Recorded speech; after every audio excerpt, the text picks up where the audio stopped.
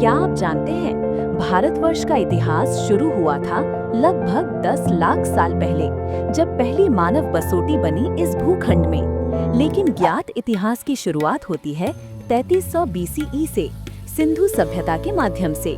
उसके बाद आता है वैदिक युग, जहां बनते हैं 16 महाजनपद, जिनमें मगध था सबसे महत्वपूर्ण। यही जन्म लेते हैं गौतम बुद्ध और महावीर, जो प्रचार करते हैं बौद्ध और जैन धर्म का। फिर आते हैं पारसिक, ग्रीक और कुषाण शासक, और बनता है इंडो ग्रीक साम्राज्य। मौर्य साम्राज्य एकजुट करता है पूरे भारत को। उनके बाद आता है गुप्ता साम्राज्य, जिसे कहा जाता है भारत का स्वर्ण युग। दक्षिण में उस समय चोला, पल्लवा और पांड्य वंश रच रहे थी एक अद्भुत सांस्कृतिक विरासत। 712 सीई में मोहम्मद बिन कासिम के आगमन से मुस्लिम शासन की शुरुआत होती है।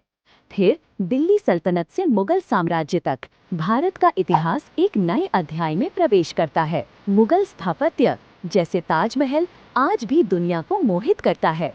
मुगलों के पतन के बाद आते हैं ब्रिटिश लोग।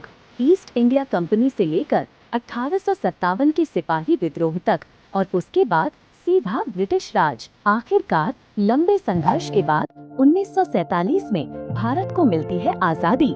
लेकिन देश विभाजित होता है और जन्म लेता है पाकिस्तान। फिर 1971 में पूर्व पाकिस्तान बन जाता है आजाद बांग्लादेश। इसी तरह से गठित होती है भारत की हजारों सालों की गौरवशाली इतिहास। पॉल फैक्ट्स ऑफिशियल चैनल को फॉलो कीजिए ऐसे और रोचक तथ्य पाने के लिए।